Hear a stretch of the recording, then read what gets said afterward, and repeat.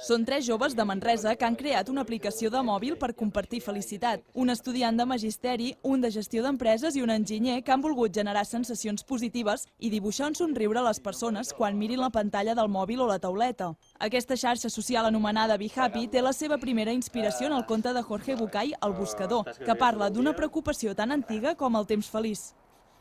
Doncs mira, estava un dia a la classe de la universitat i em van passar un vídeo que parlava del temps feliç.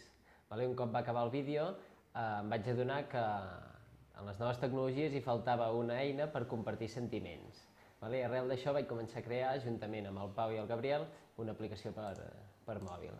Aquesta aplicació per mòbil, l'objectiu és enviar minuts de felicitat a la gent i això produeix una sensació de benestar. Amb la idea al cap i amb moltes ganes de tirar-la endavant, Jordi Balet va buscar la complicitat dels seus amics i dels programadors Valentí Freixanet i Fernando García per fer realitat el projecte. La primera reacció meva va ser... és una mica com una xorrada, però... Hosti, pot tenir molt ganxo, no?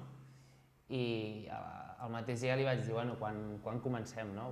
L'aplicació consisteix en un còmput de minuts, hores, dies i anys per sumar felicitat. Cada usuari té 60 minuts cada dia per repartir entre la seva família, amics i coneguts. L'equip de Be Happy va buscar l'experiència de psicòlegs, que consideren que per trobar el benestar personal necessitem una hora de felicitat al dia.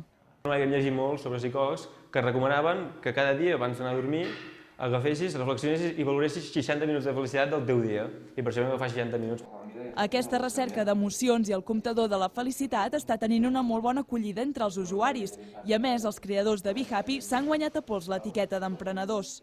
Passa que passa en aquesta empresa, que jo penso que anirà molt bé, el que s'emporten ja és tan ric i tan beneficiós que penso que per fer vídeos anirà molt bé. És brillant, no? És fantàstic, tant per la idea que han tingut, per les seves ganes de fer coses, com també pel seu propi procés d'aprenentatge. Ens compartim minuts per donar felicitat amb la gent que t'estimes, o les amigues, quan tens un examen, diverses coses.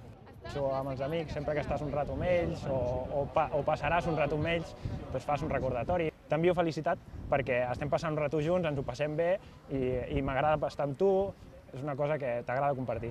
Els Be Happy volen continuar expandint el projecte, tenen clar que s'han d'introduir sorpreses i novetats per tenir èxit i mantenir el somriure, perquè com afirmen en la presentació d'aquesta aplicació virtual, la felicitat no és real si no es comparteix.